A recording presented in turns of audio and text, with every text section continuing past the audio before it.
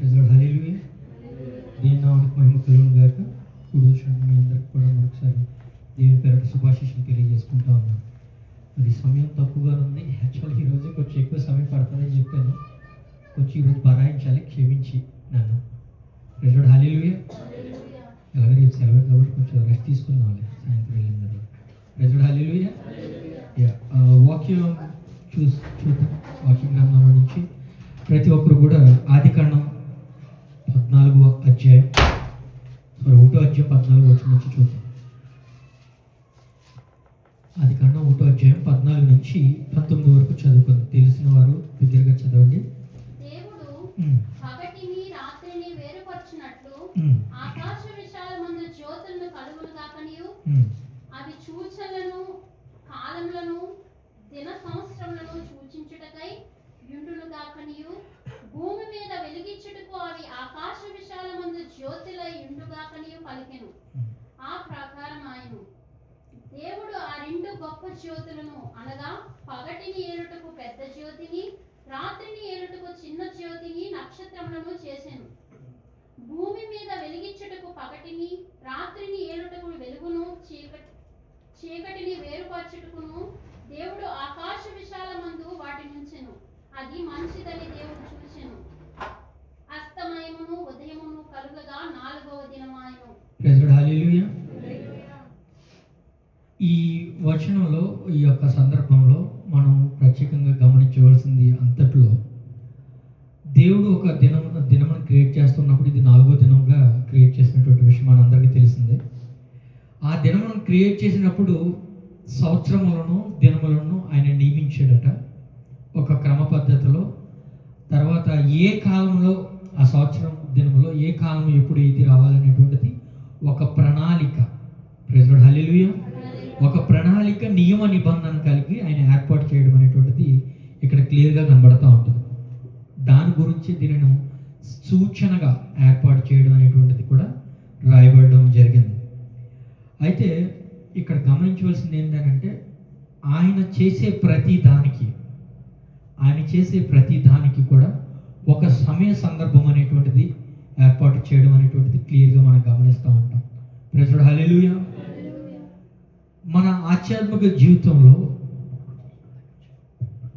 ఆధ్యాత్మిక జీవితం విషయంలో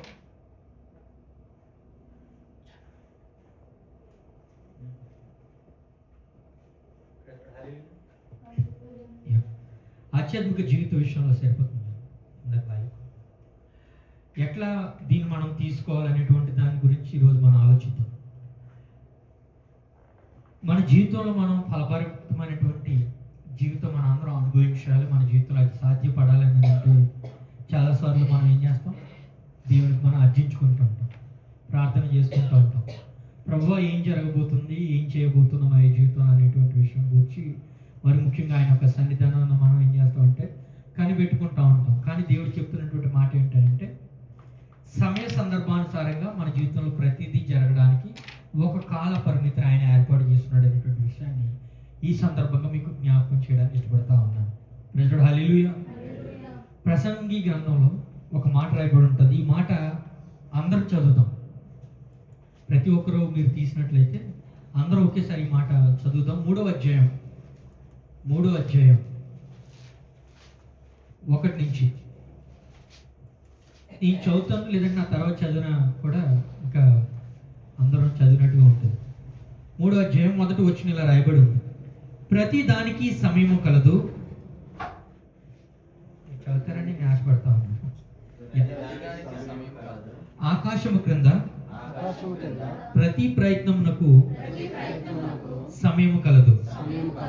పుట్టుటకును చచ్చుటకును నాటుటకు నాటబడిన దాన్ని పెరిగివేయుటకు చంపుటకు బాగు చేయుటకు పడగొట్టుటకు కట్టుటకు ఏడ్చుటకు నవ్వుటకు దుఃఖించుటకు నాట్యమాడుటకును రాళ్లను పారవేయుటకు రాళ్లను కుప్పవేయుటకు కౌగిలించుటకు కౌగులించుట మానుటకు వెదుకుటకును పోగొట్టుకునుటకు దాచుకొనుటకు పారవేయుటకు చింపుటకు కుట్టుటకు మౌనంగా ఉండుటకు మాట్లాడుటకు ప్రేమించుటకు ద్వేషించుటకు యుద్ధము చేయుటకు సమాధానపడుటకు కష్టపడిన వారికి తమ కష్టము వలన వచ్చిన లాభమేమి. 10వ వచనం, నరుల అభ్యాసము పొందవలెనని దేవుడు వారికి పెట్టి ఉన్న కష్టానుభవమును నేను చూచితిని. దేని కాలమునందు అది చక్కగా నుండునట్లు సమస్తము ఆయన నియమించి ఉన్నాడు.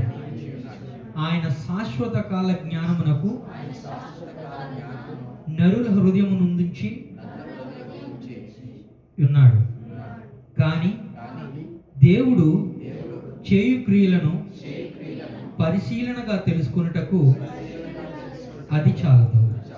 దేవునికి మహిమ కలుగును గాక. హల్లెలూయా. ప్రతి విషయం గురించి కూడా క్లియర్గా రాయబడి ఉన్నదండి. ఇదే మెయిన్ ఈరోజు మనం మాట్లాడుకునే విషయం. ప్రతి దానికి అక్కడ మిస్ అయిపోయింది ఫలానా అంటూ ఏది లేదని నాకు అనిపిస్తూ ఉంటుంది. అవి తప్ప మన జీవితంలో ఇంకా వేరే ఏమీ జరగవు అనేటువంటిది కూడా క్లియర్గా కనబడుతుంటుంది. పుట్టుటకు గిట్టుటకు గొడవ పడడానికి యుద్ధానికి ప్రతిదానికి సమాధాన పడడానికి చావడానికి బ్రతకడానికి చింపివేయడానికి కుట్టడానికి బాగు చేయడానికి పోగొట్టుకోవడానికి ప్రతి విషయానికి కూడా ఒక సమయ సందర్భానుసారంగానే మన జీవితంలో జరుగుతున్నవి. 11వ వచనంలో క్లియర్గా రాయబడి ఉంది. ఆయన సమయ సందర్భానుసారంగా మన జీవితంలో అవి జరగబోతున్నాయి. మానవ హృదయంలో వీటి గురించి కొన్ని ఉంచినప్పటికీ అది పూర్తిగా ఎరిగేటువంటి జ్ఞానం ఎవరికీ లేదు. Praise lord. హల్లెలూయా.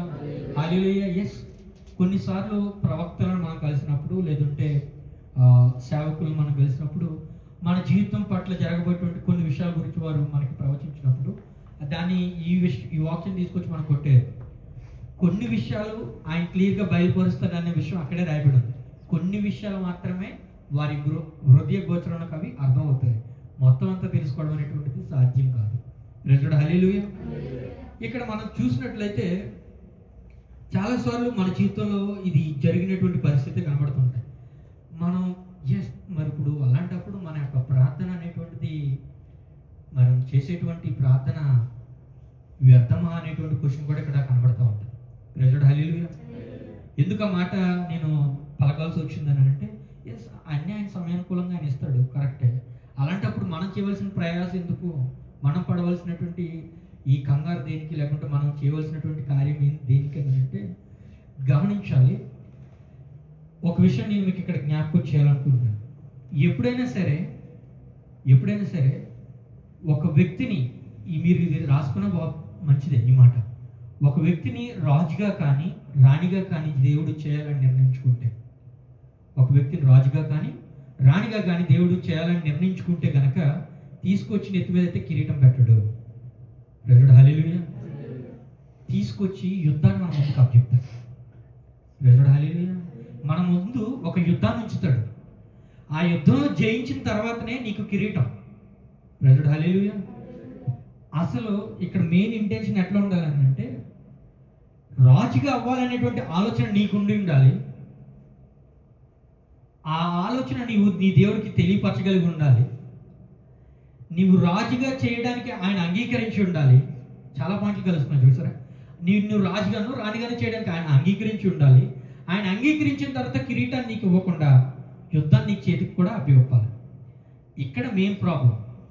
ఈ యుద్ధం అప్పగించిన తర్వాత ఈ బ్యాటిల్లోనే చాలామంది జయించగలుగుతారు, చాలామంది జయించలేనటువంటి పరిస్థితికి వచ్చేస్తారు. జయించగలిగిన వాడికి మాత్రం కిరీటం ఉంది, జయించలేనటువంటి వాడికి లేదు. ఎందుకంటే అతడు అర్హుడు కాదనేటువంటి విషయం దేవుడికి క్లియర్గా కనబడతా ఉంది. Praise lord. హల్లెలూయా.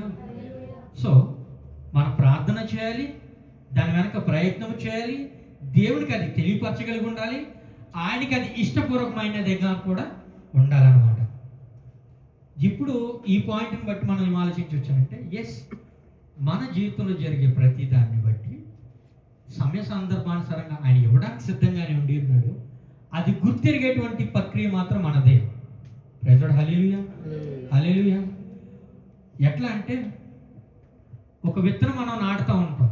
ఒక విత్తనం మనం నాటామనుకోండి, విత్తనం వెంటనే మొలుస్తుందా? దాని సమయానుసారంగా మొలుస్తుంది. ప్రతి విత్తనం కూడా ప్రతి సీజన్లో కూడా మొలవడానికి కూడా ఛాన్స్ లేదు.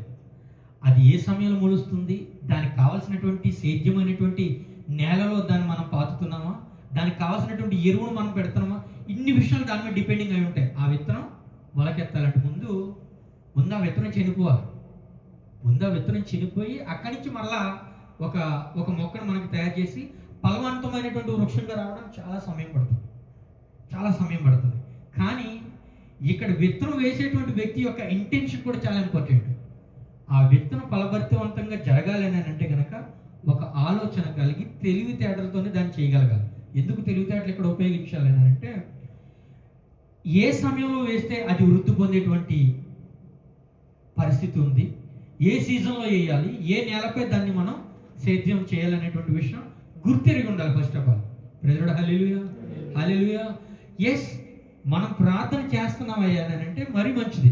ప్రార్థన చేయకుండా ఉండు అనేటువంటి విషయం కాదు. కానీ ఏ సమయానుసారంగా దేవుని మనం ఎట్టి రీతిగా మనకు కార్యాలు కావాలని దేవుని మనం అడుగుతున్నాం అనేటువంటిది కూడా చాలా ఇంపార్టెంట్. ఇంకొక మాట మనం చూద్దాం. ప్రసంగి గ్రంథంలోనే మత్తయి సువార్త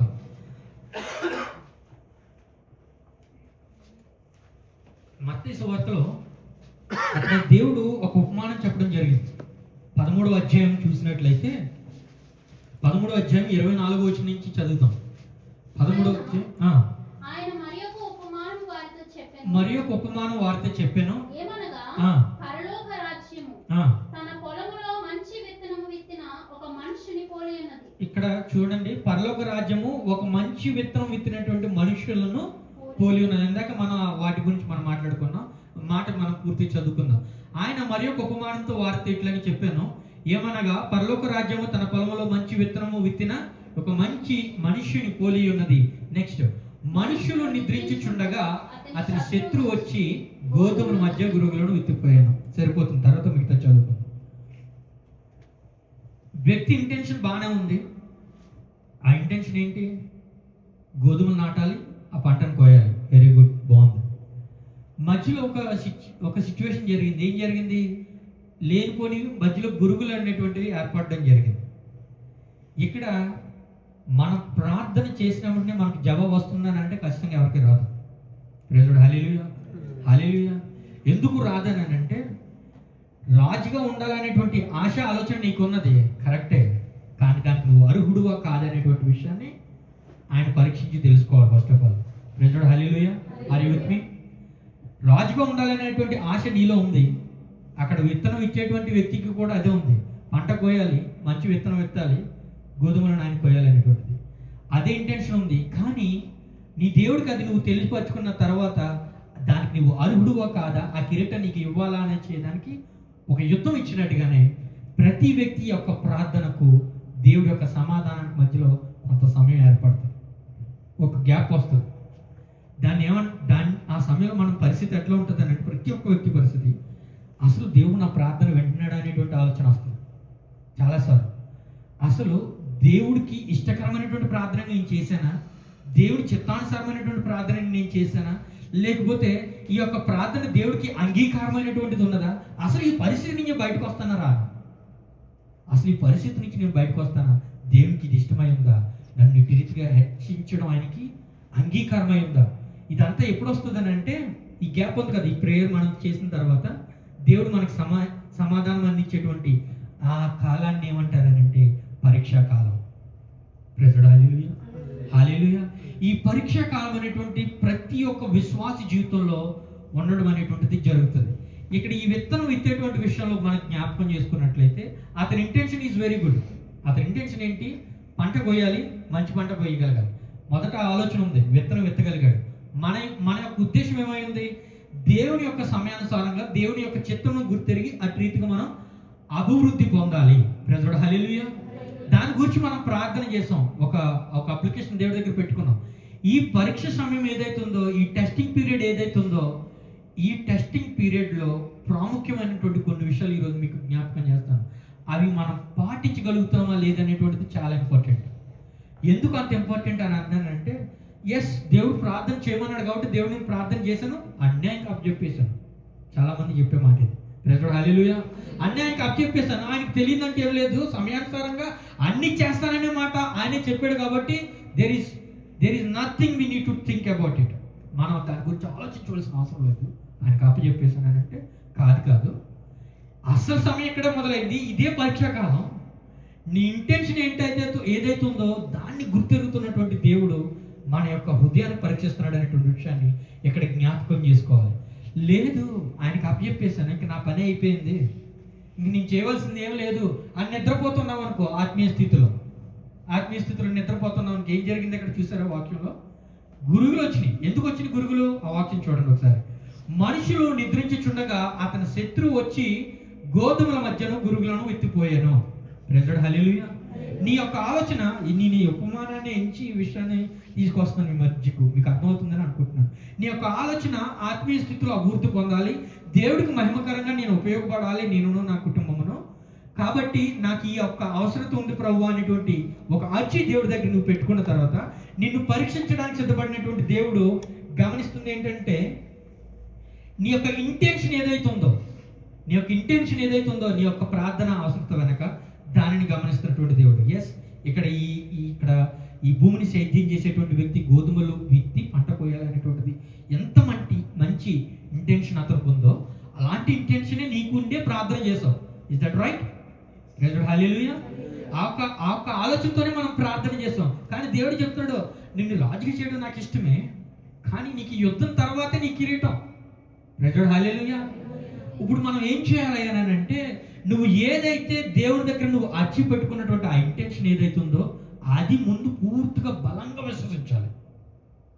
ఎస్, దేవుడు చేస్తే అవుతుంది, లేకుంటే లేదు.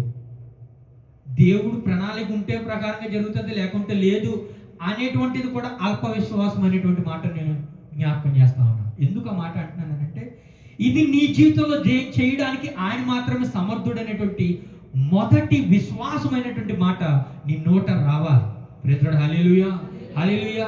జరిగితే జరుగుతుంది, లేకుంటే ఆయన చేయాలనుకుంటే జరుగుతుంది అనుకున్నప్పుడు అసలు నీ ప్రార్థన అక్కడ ప్రతిఫలం ఏ విధంగా ఉందని నేను అడుగుతా ఉన్నాను. ప్రైజ్ హల్లెలూయా. ఒకవేళ అలాగే జరిగిపోయింది అనుకోండి, ఆయన చిత్తానుసారంగా జరుగుతుంది, మనం దీని గురించి అవసరం లేదు అని అనుకుంటే గనక ఆ ఒక చిన్న అల్ప విశ్వాసం నీలో ఉంటే గనక, ఇది నాకు సాధ్యపడదు, గమనించండి, ఇది నాకు సాధ్యపడదు, ఆయన ఒకవేళ చెయ్యాలనుకుంటే చేస్తాడు, లేకుంటే లేదు. ప్రైజ్ హల్లెలూయా. అలాంటప్పుడు నువ్వు చేసినటువంటి ఆ ప్రార్థనకు ప్రతిఫలం లేదండి.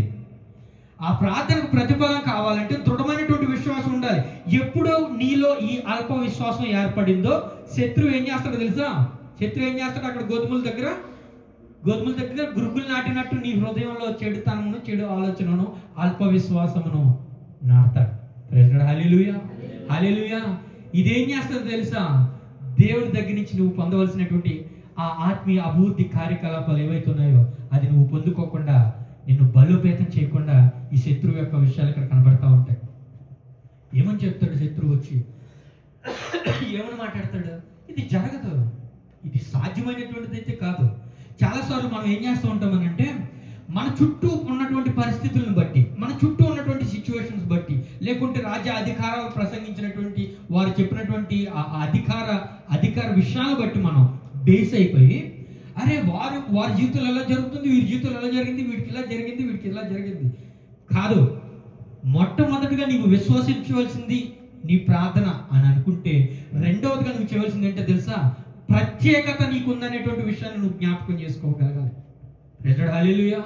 హల్లెలూయా. ఎలాంటి ప్రత్యేకత దేవుడు నీకు ఇచ్చాడయ్యా అని అంటే, నీ చుట్టూ ఉన్నటువంటి లోకానుసారమైనటువంటి వ్యక్తులు అందరూ ఉన్నారు, మనం వాళ్ళని విడిచిపెట్టి మనం బ్రతకం, వాళ్ళతోనే బ్రతకాలి, వాళ్ళతో కలిసే బ్రతకాలి. కానీ నీకు ఒక ప్రత్యేకత ఉండాలి. ఏంటి ఆ ప్రత్యేకత అంటే, నేను ఆయన కుమారుడును, ఆయన కుమార్తెను, ఆయన నన్ను ఎన్నుకున్నటువంటి వాడు. Praise hallelujah. హల్లెలూయా. ఆయన కొరకు నన్ను ఎన్నుకున్నట్లయితే, ఆయన యొక్క రాజ్య వ్యాప్తి కొరకు నేను అడిగినటువంటి కార్యం ఏదైతుందో అది నా కళ్ళ ముందు నెరవేర్చగలడానికి ఏకైక సమర్థుడు ఆయనే. Praise hallelujah. హల్లెలూయా. దేవునికి హల్లెలూయా చెప్తామా? అలాంటి శక్తిమంతుడు, అలాంటి సమస్తమును గుర్తెరగలిగినటువంటి వాడు, నాకు హృదయాంతర లోచన ఎరిగినటువంటి దేవుడు, ఆయన మాత్రమే ఆయన నన్ను ప్రత్యేకంగా ఉంచుతాడు. దానియేలు పరిస్థితికి వచ్చినప్పుడు అక్కడ ఆ నర్సంపకుల రాజు ఎవరైతే ఉన్నారో ఆ భోజనం పట్టుకొచ్చి ఆయనకి పెడతా ఉంటే ఆయన ఏమంటాడు తెలుసా? ఈ యొక్క భోజనం తిని నేను అపవిత్రుడును కాకుండా ఉండినట్లు నన్ను తాను ఏం చేసుకుంటాడు తెలుసా? ప్రత్యేకపరచుకుంటాడు. ప్రెజెంట్ హల్లెలూయా, హల్లెలూయా. దానియేలు గ్రంథం మొదటి అధ్యాయం 6వ వచనంలో మాట రాయబడి ఉంటుంది. ఒకసారి ఆ మాట చూద్దామా?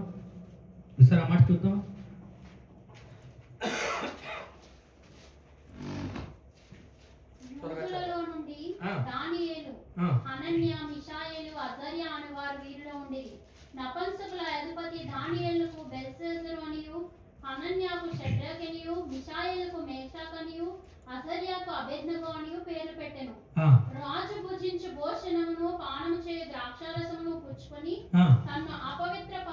తన్ను తాను అపవిత్రపరచుకోకుండా ఉండు నిమిత్తము అపవిత్రుడు కాకుండానట్లు వాటిని ఏం చేస్తాడంట? పుచ్చుకొనకుండా సెలవిమ్మని నపుంసకుల అధిపతిని వేడుకొనగా. ప్రెజెంట్ హల్లెలూయా, హల్లెలూయా.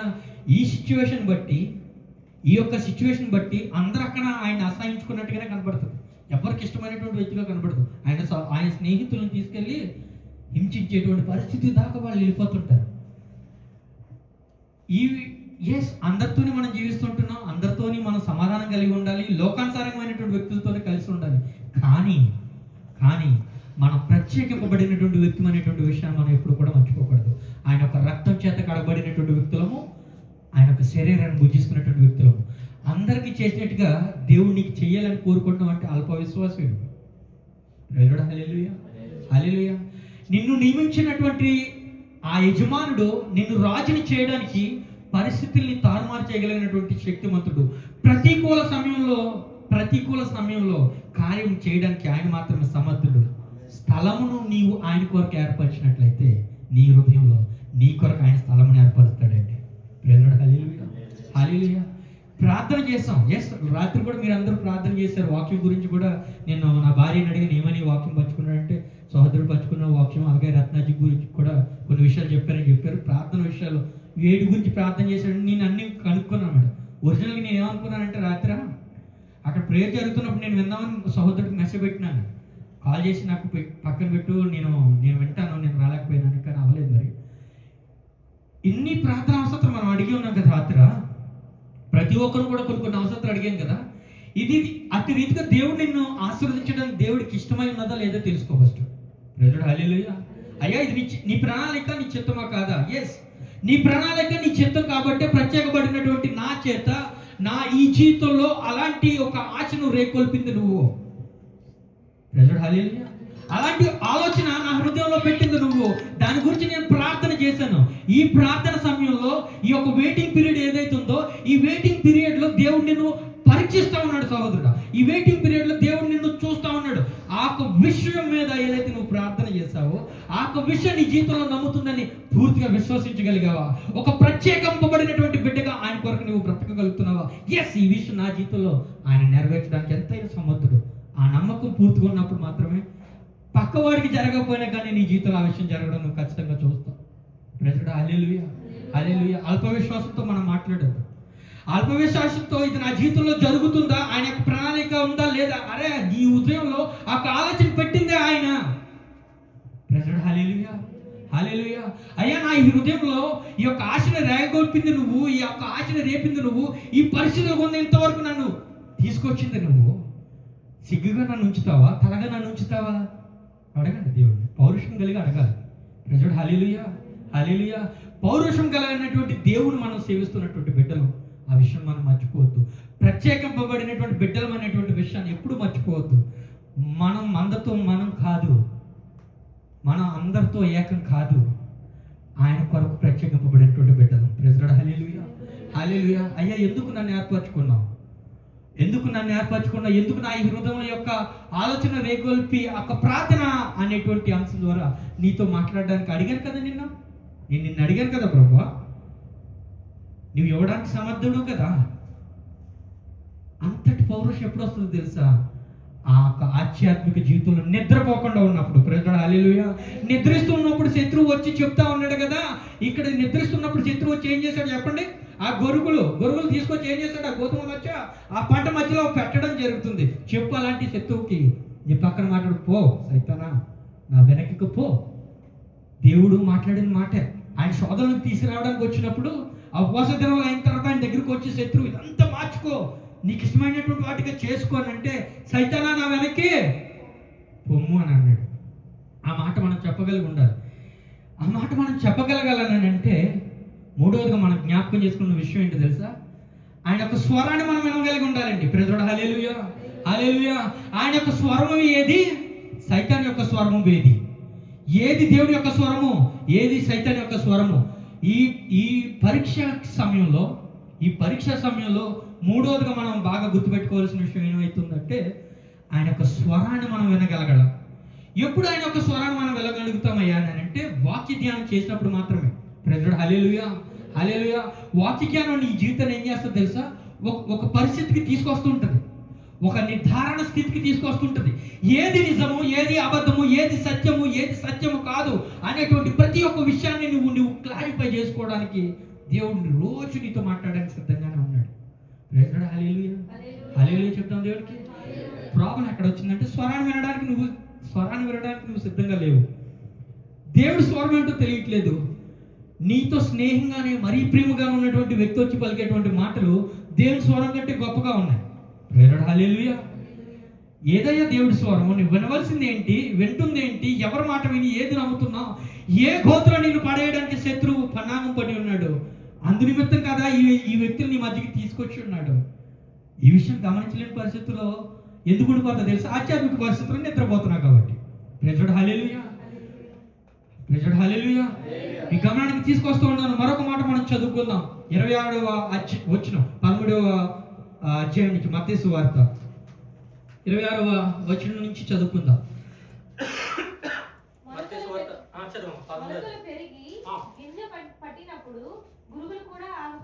మొలకలు పెరిగి గింజలు పట్టినప్పుడు గురుగులు కూడా కనపడ్డాయట. అమ్మ బాబాయ్.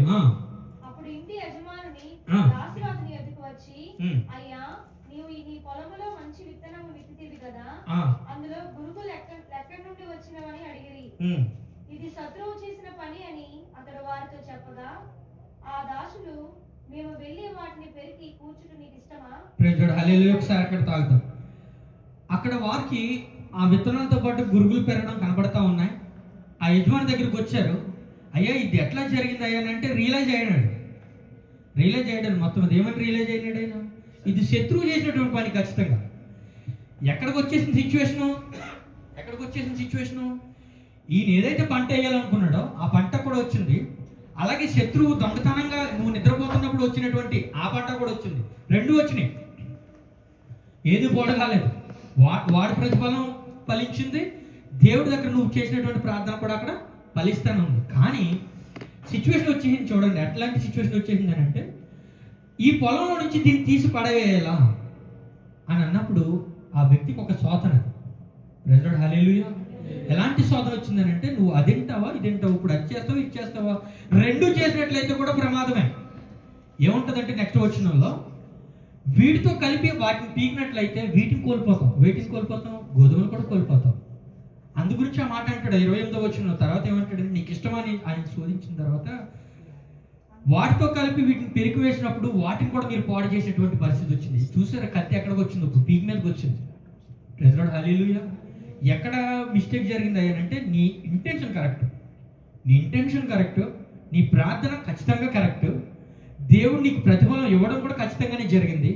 దాంతోపాటు నువ్వు స్థానం సైతానికి కూడా ఇచ్చావు కాబట్టి పక్క నుంచి అది కూడా వచ్చింది. ఇప్పుడు నీ నిర్ణయం తీసుకునేటువంటి విషయంలో కన్ఫ్యూజన్,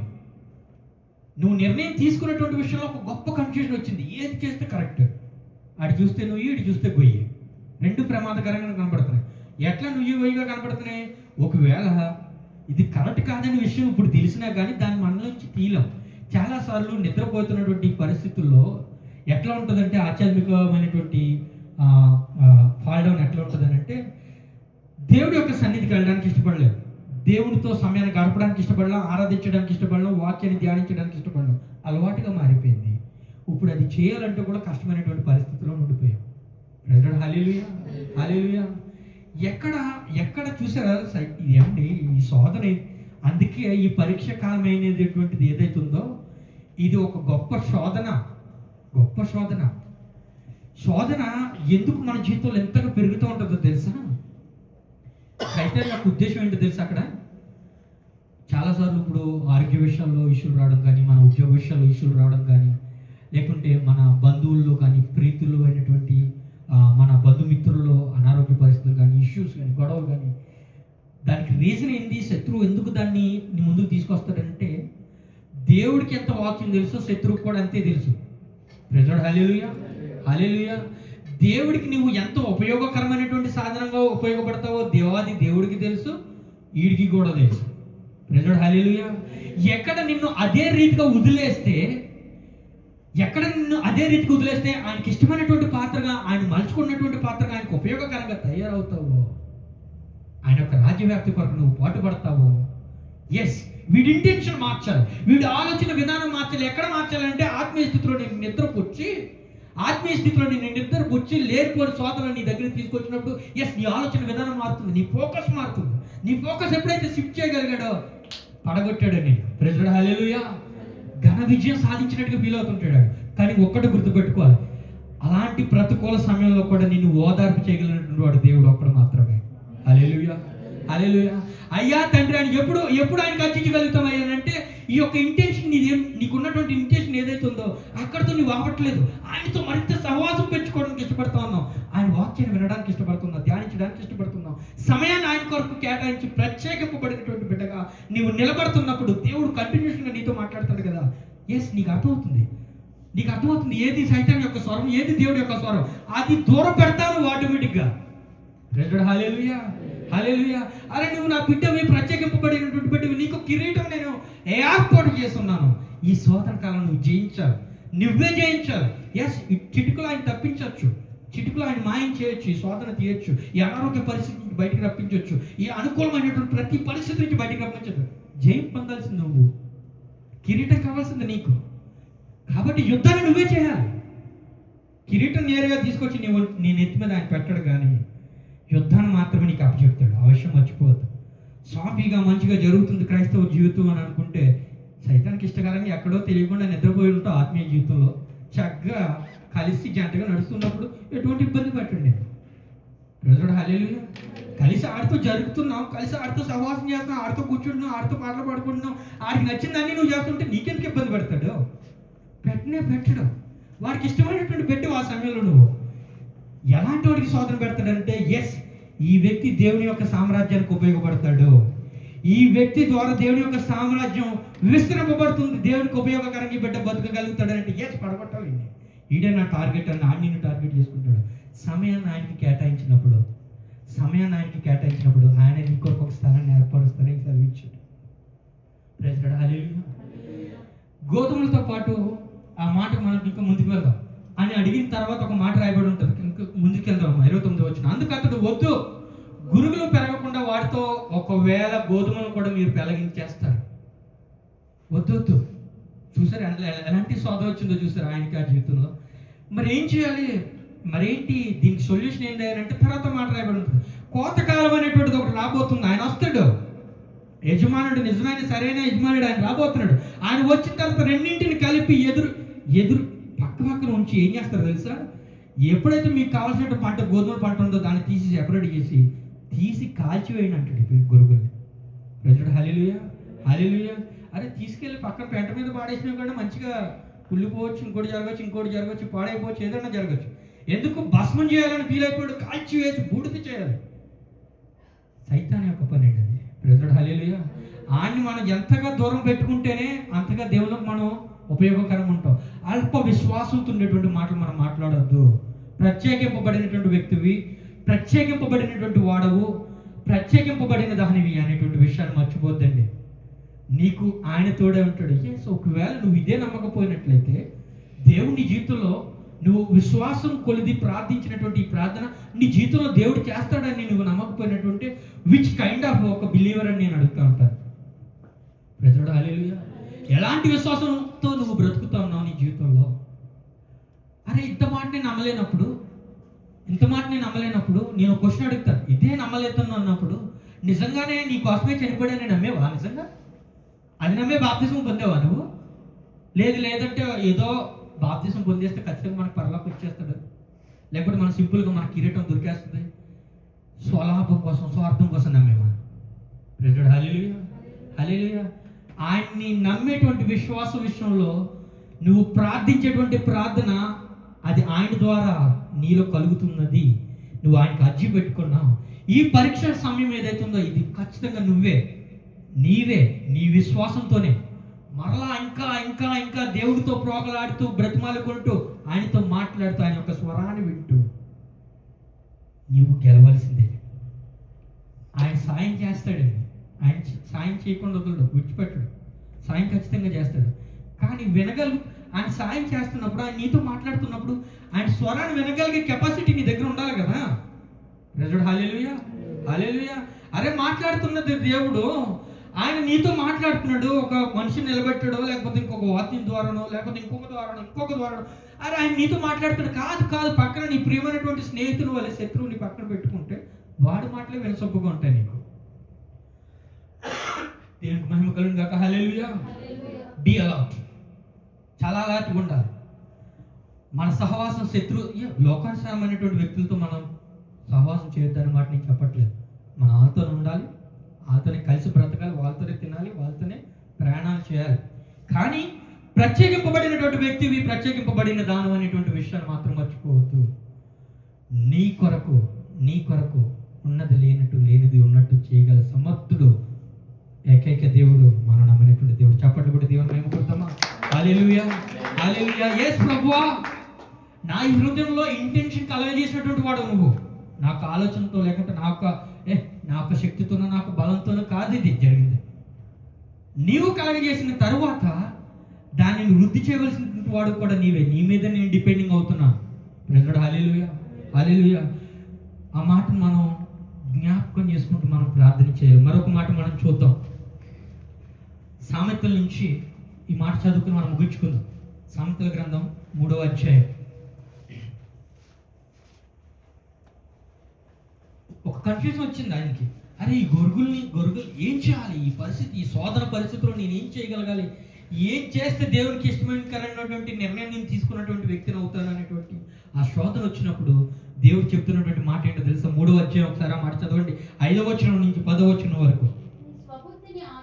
నీ యొక్క స్వబుద్ధిని నీవు ఆధారం చేసుకొనక, హల్లెలూయా, నీ యొక్క పూర్ణ హృదయంతో ఆయనపై నమ్మకం ఉంచు. అబ్బా, ఇది సాధ్యం కాదు బ్రదర్, అది మన జీవితంలో జరగదు. కాదురా బాబు, నువ్వు నీ పిచ్చి బుద్ధితో నువ్వు ఆలోచించావు కాబట్టి ఇది నీకు సాధ్యం పడదు. ఆయన మీద ఆధారపడినప్పుడు సమస్తము సాధ్యమే. ప్రజడు హల్లెలూయా. ఒక మాట ఆ మాట చదువుకుందాం అమ్మ. 10వ వచనం వరకు చదువుకుని ముగించుకుందాం. నీ ప్రవర్తన అంతటి యందు ఆయన అధికారమునకు ఒప్పుకొనుము.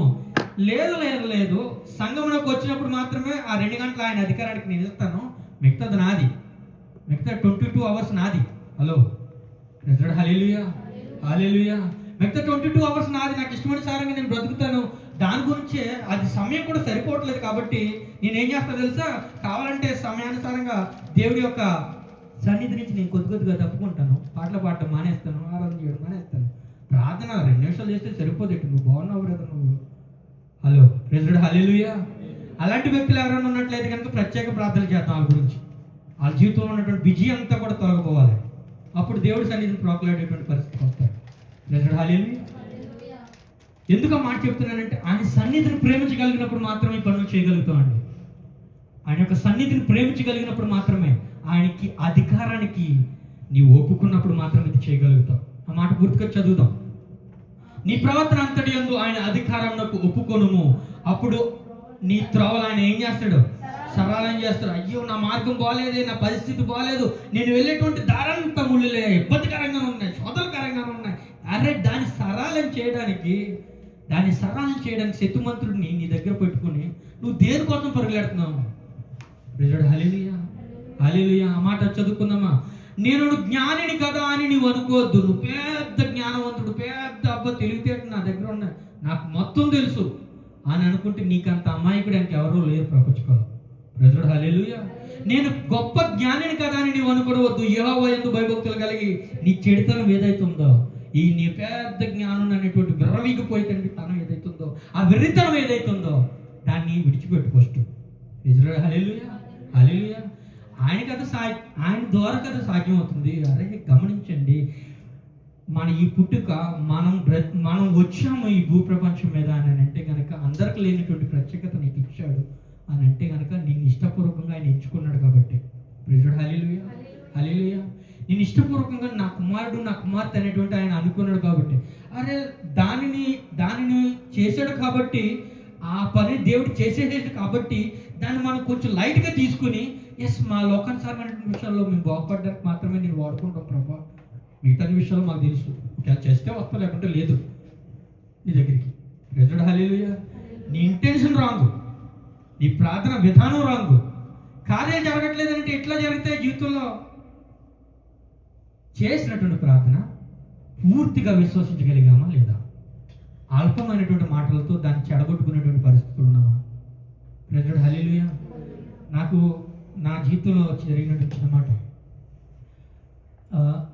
ప్రతిరోజు నేను ప్రార్థన చేసుకునేటప్పుడు ఒక అబ్బాయి వచ్చి మా రూమ్మేట్ ఉండేవాడు అనమాట. అబ్బాయి పేరు కూడా సురేష్, పేరు కూడా చెప్తున్నాను. వచ్చి ఒరే ఈరోజు మీ దేవుడికి మొక్కేరా నువ్వు, దేనికి రెసిడెంట్ వీసా రావాలి. ప్రైజ్ హల్లెలూయా. మీ దేవుడికి మొక్కేరు లేదంటే మాకు ఇబ్బంది అయిపోతుంది. ఆడు ఏం చేసేవాడు తెలుసు, ఆడికి ఎంతవరకు ధైర్యం వచ్చేసింది అని అంటే, డ్యూటీ అయిపోయిన తర్వాత ప్రతిరోజు నేనే కుక్ చేసేవాడు అందరికి, నలుగురికి. ఒకడేమో వచ్చి వెజిటేబుల్ కట్ చేసేవాడు, ఇంకొకటి వచ్చి ఇంకోటి చేసేవాడు, కడిగేసేవాడు, ఒకటి రైస్ పెట్టేవాడు, ఒకడు రైస్ పెట్టేసి ప్యాకింగ్ చేసేవాడు. నేను మాత్రం వెళ్ళి గడ్డి తిప్పి వచ్చాడు అనమాట. ఈరోజు నీకు వంట వద్దు, లేట్ అయిందనుకో డ్యూటీలో, లేట్గా వచ్చి ఓవర్ టైం చేసి, ఈరోజు నీకు వంట వద్దు ఏమొద్దురా బాబు, నువ్వు పోయి మొక్కు, ఇలాగే నువ్వు పోయి మొక్కు, నీ దేవుడికి మొక్కు, వీసా ప్రాసెసింగ్లో ఉంది, మనకు కావాలి. ఆయన నమ్మాడు. ఇద్దరు ఉన్నారు నాతో పాటు, నేను ఓపెనింగ్ చెప్తున్నాను, రికార్డు కూడా జరుగుతుంది. ఇద్దరు ఉన్నాడు, ఇంకొకటి నమ్మలేదు, ఆడు ఆగిపోయాడు. వీడు నాతో పాటు నమ్మినాడు, ఆడికి వచ్చింది, వీడికి రాలేదు.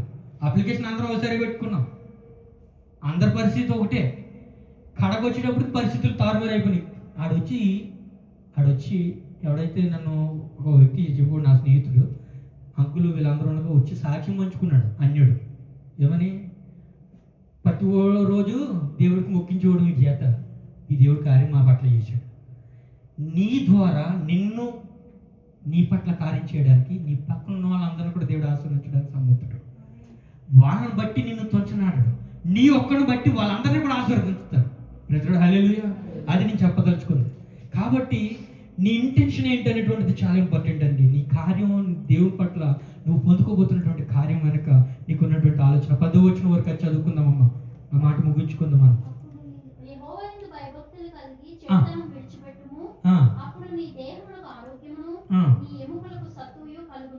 హల్లెలూయా. ఇక్కడ వచ్చింది బలహీన పడిపోయినటువంటి పరిస్థితి, శోధనలో ఉన్నటువంటి పరిస్థితి, నిన్ను ఏదో చేయాలనేటువంటి సైతాన్ యొక్క కుళ్ళు కుతంత్రం అంతా కూడా స్టిల్ ఆయన మీద భయభక్తులు కలిగి ఉన్నట్లయితే ఇవన్నీ కూడా లెక్కలకు రావట. అబ్బా ప్రైజ్ హల్లెలూయా. మళ్ళీ బలాన్ని ఇస్తానంటున్నాడు, తగినటువంటి శక్తువును ఆరోగ్యం నీకు. ప్రైజ్ హల్లెలూయా, హల్లెలూయా. దేవునికి మహిమ కలుగును, దేవునికి హల్లెలూయా చెప్తామా. హల్లెలూయా. చదువు, మిగతా మాట చదువు, మనం ముగించుకుందాం.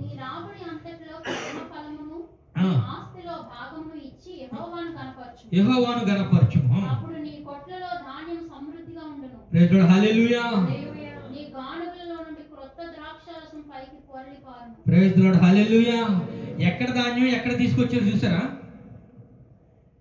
ఎక్కడ పొలంలో ధాన్యం, ఎక్కడ గురుగులు వచ్చినాయి, ఎక్కడి నుంచి ఎక్కడ తీసుకొచ్చారు చూసారు? సామెతల గ్రంథంలో వచ్చినప్పుడు కూడా మాట చెప్తాను. వీటన్నిటికీ మూలాధారం ఒకటే ఉన్నది, మన ఈ భక్తి జీవితం. ప్రైజ్ లార్డ్ హల్లెలూయా. మన ఈ భక్తి జీవితంలో మనం ప్రార్థించి దేవునికి అప్పచెప్పినటువంటి ఆ విషయం వెనక తర్వాత వచ్చేటువంటి ఈ పరీక్షా కాలం, దేవుడు నీ జీవితంలో ఆ కార్యం నెరవేర్చేంత వరకు వచ్చేటువంటి ఈ పరీక్షా కాలం ఏదైతుందో, it's very important, very very very important. దేవుడు నీతో మాట్లాడుతున్నాడా? దేవుడు నీ స్వరం వింటున్నాడా? నీ ప్రార్థన ఆలకిస్తున్నాడా? అసలు ఈ కార్యం జరుగుద్దా? ఈ పరిస్థితి నుంచి నేను బయటపడతాననేటువంటి ఈ యొక్క ప్రతి అనాలోచన నుంచి దేవుడు నిన్ను బయటపడడానికి కొన్ని కారణాలు చెప్పాడు. సింపుల్గా అర్థమవుతుంది. ప్రజడు హల్లెలూయా. చేసినటువంటి ప్రార్థన పూర్తిగా విశ్వసించగలగాలి. ఆయన స్వరాన్ని వినగలిగేటువంటి మెలకువతో నిద్రించకుండా ఆత్మీయ జీవితంలో డైలీ పడుకోద్దని అనట్లేదు, ఆధ్యాత్మిక జీవితంలో ఆయన యొక్క స్వరాన్ని వినగలిగేటువంటి కెపాసిటీ ఎప్పుడు కూడా నీ చెవులకి కలిగి ఉండాలి. నీ జీవితంలో ఆయన ఏ విధంగా నిన్ను నడిపించబోతున్నాడో, ఎస్ నువ్వు ప్రార్థన అయితే చేసేసి అది అంత ఈజీ కాదు, మరి ఏ విధంగా నడిపించాలంటే అది ఆయనే చెప్పాలి కదా. ప్రెసిడెంట్ హల్లెలూయా. కాబట్టి ఆ స్వరాన్ని వినగలిగేటువంటి కెపాసిటీ కూడా మనకు ఉండి ఉండాలి. ప్రతి ఒక్క విషయాన్ని బట్టి ఆయనపై ఆధారపడి నేను ప్రత్యేకింపబడినటువంటి వాడను, ప్రత్యేకింపబడిన దానను అనేటువంటి విషయాన్ని జ్ఞాపకం చేసుకుంటూ ఆయన కొరకు కనిపెట్టుకుని ఉన్నట్లయితే యుద్ధం నువ్వు జయించగలుగుతావు. కిరీటాన్ని తీసుకొచ్చి నేను ఎత్తున పెడతాను. ప్రెసిడెంట్ హల్లెలూయా. చప్పట్లు కూడా దేవుని మహిమ చెప్తాము. హల్లెలూయా, హల్లెలూయా. ఎస్ ఎస్ ప్రభువా. ప్రార్థన చేసుకుందాం. కళ్ళు మూసుకున్నట్లయితే ఈ సమయంలో ప్రార్థన చేసుకుందాం. ఎస్ ప్రభు, నేను ప్రార్థన చేశాను కానీ అల్ప విశ్వాసమైనటువంటి ఇదిగా నా ప్రార్థన కొన్నిసార్లు ఉంటా ఉందేమో. ఎందుకనంటే లోకానుసారమైనటువంటి పరిస్థితులు చూసినప్పుడు అది వారి జీవితంలో జరుగుతుంది ప్రభు. నా జీవితంలో జరగడానికి అది ఒకవేళ నువ్వు అంత శక్తివంతుడు కాదేమో అనేటువంటి ఒక అల్ప విశ్వాసం నాలో ఉండిపోయిందేమో తండ్రి. అయ్యా, ఆ చిన్న అల్ప విశ్వాసం నా ఈ ప్రార్థన ఏదైతే నేను నీ దగ్గర అర్జీ పెట్టుకుని ఉన్నానో అది నా జీవితంలో నెరవేరకుండా అది చేస్తా ఉందేమో ప్రభువా. ఈ అల్పుడును జ్ఞాపకం చేసుకో, ఈ దీనుడును ఈ దీనురాలను జ్ఞాపకం చేసుకో. పౌరుషము కలిగినటువంటి దేవుడిని నేను ప్రార్థిస్తున్నాను, ఆయనను నేను కలిగి ఉన్నాననేటువంటి ఆ ఒక విషయాన్ని నా జ్ఞాపకం చేయమని అడుగుతా ఉన్నాను. మీకు విషయం జ్ఞాపకం చేయాలనుకుంటున్నానండి. మనం సేవించేటువంటి దేవుడు చాలా రోషం కలిగినటువంటి వాడు. చాలా మనం అనుకుంటాం బీపీ పేషెంట్ మనమని కాదు. ఆయనకి చాలా తొందరగా కోపం వస్తుంది. ఆయనకి ఎంత తొందరగా కోపం వస్తుంది అంటే ఆయన బిడ్డల యందు సైతాన్ గడు పనేటువంటి పన్నాగాల విషయాల్లో ఆయన చాలా హట్ అయిపోతాడు, ఫీల్ అయిపోతాడు అనమాట. చాలా ఎంతగా ఫీల్ అయిపోతాడు అని అంటే ఆయన ఊరుకోలేడు అనమాట. సైతాన్ నిన్ను అంతగా ఇబ్బంది పెడతా ఉంటే ఆయన ఊరుకోలేనటువంటి పరిస్థితి. ఏమైపోతుంది అని అంటే కొన్నిసార్లు మన బైబిల్లో కూడా చూసినట్లయితే ఏలియా విషయంలో మనం గమనించినట్లయితే జెజబెల్ చెప్తుంది కదా, ఎక్కడున్నా సరే ఈ వ్యక్తిని తీసుకొచ్చి మనం చంపేయాలి. అయిపోయింది ఈరోజు ఈ పరిస్థితి అయిపోయింది, ఈ వ్యక్తి జీవితం మనం ముగించాలని అంటే దేవుడు వింటాడు ఆ మాట. దేవుడు అంటాడు కదా, మిఖాయేలు మీరు ఎక్కడున్నారు అంటా ఉంది జెజబెల్, అంతా ఉంది తనను చంపేయాలి, తన ప్రాణం తీయాలని. మీరు ఎక్కడున్నా సరే మీరను మా ఇంట్లో మీరిద్దరు కూడా పోయి నా కుమారుణ్ణి సజీవంగా నా దగ్గర తీసుకొచ్చాడు. ఆయన శరీరం కూడా నా ప్రవక్త ఎవరైతే ఉన్నాడో ఆయన శరీరం ఆ జెజబెల్ దగ్గరికి కూడా వెళ్ళడానికి వీల్లేదు, వాళ్ళ దరిదాపులో ఉండడానికి వీల్లేదు. పౌరుషం కలిగి అసలు దేవుడికి ఆ ఇంటెన్షనే లేదు. ఇలేనట్టు రీతిగా శరీరంతో తీసుకుపోవాలనేటువంటి ఇంటెన్షన్ లేదు. ఎప్పుడైతే సైతానగాడు తన యొక్క ప్రభావం ఇక్కడ చూపించడం జరిగాడు, కోపం కలిగినటువంటి దేవుడు అని గుర్తుపెట్టుకొని మనం సేవించేటువంటి దేవుడు కోపం కలిగినటువంటి దేవుడు, చాలా పౌరుషం, తొందరగా ఫీల్ అవుతాడు. తన బిడ్డల పట్ల ఈ సైతాను పడినటువంటి ఈ పన్నాగం ద్వారానే ఆయన కోపమించినటువంటి దేవుడు ఏం చేశాడు తెలుసా? నేరుగా శరీరంతో తీసుకుని పోయాడు. నేరుగా శరీరంతో తీసుకుని వెళ్ళిపోయి ఆయన దగ్గర కూర్చోబెట్టుకున్నాడు. గబ్రియేల్ని మిఖాయేల్ని పిలిచి చెప్తాడు కదా, తనను తీసుకొచ్చాడు నా దగ్గరికి శరీరంతో. ప్రైజ్ హల్లెలూయా. కాబట్టి మనం కలిగినటువంటి దేవుడి గురించి మనం జ్ఞాపకం చేసుకోవాలి. యేషపు విషయంలో ఇంకొక మాట, ఆయనకి 2 కళలు వస్తాయి.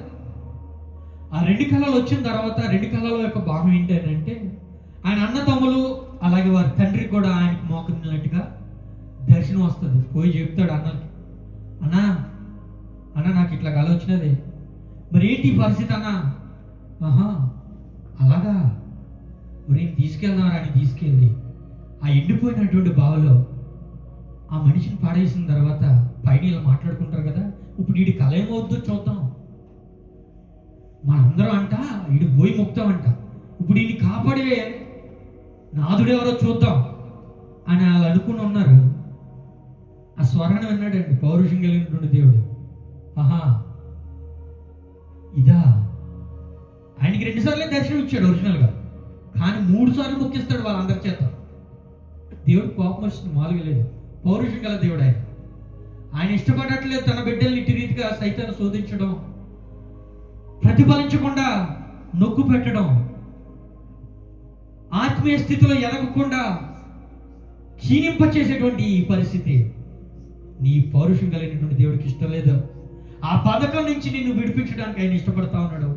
ఈ సమయంలో నువ్వు ప్రార్థించినట్లయితే నీ ఇంటెన్షన్ ఏదైతుందో, అయ్యా ఈ యొక్క పరిస్థితి నుంచి, ఈ యొక్క బంధకం నుంచి నన్ను విడిపించు ప్రభు అని నువ్వు దేవుణ్ణి హృదయపూర్వకంగా అడగలగాలి. అందుకే ఈ సమయం చక్కటి సమయం దేవుడు మనకి ఇచ్చున్నాడు.